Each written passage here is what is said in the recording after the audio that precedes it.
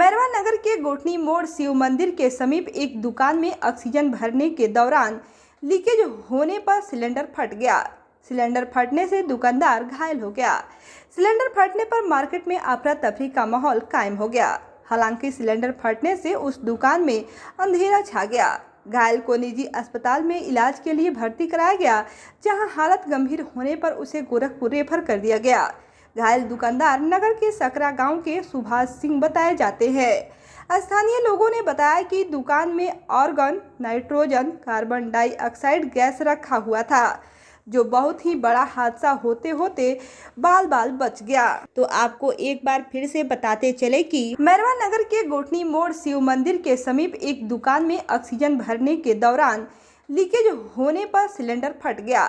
Cylinder फटने से दुकानदार घायल हो गया। सिलेंडर फटने पर मार्केट में अफरा तफरी का माहौल कायम हो गया। हालांकि सिलेंडर फटने से उस दुकान में अंधेरा छा गया। घायल को निजी अस्पताल में इलाज के लिए भर्ती कराया गया, जहां हालत गंभीर होने पर उसे गोरखपुर रेफर कर दिया गया।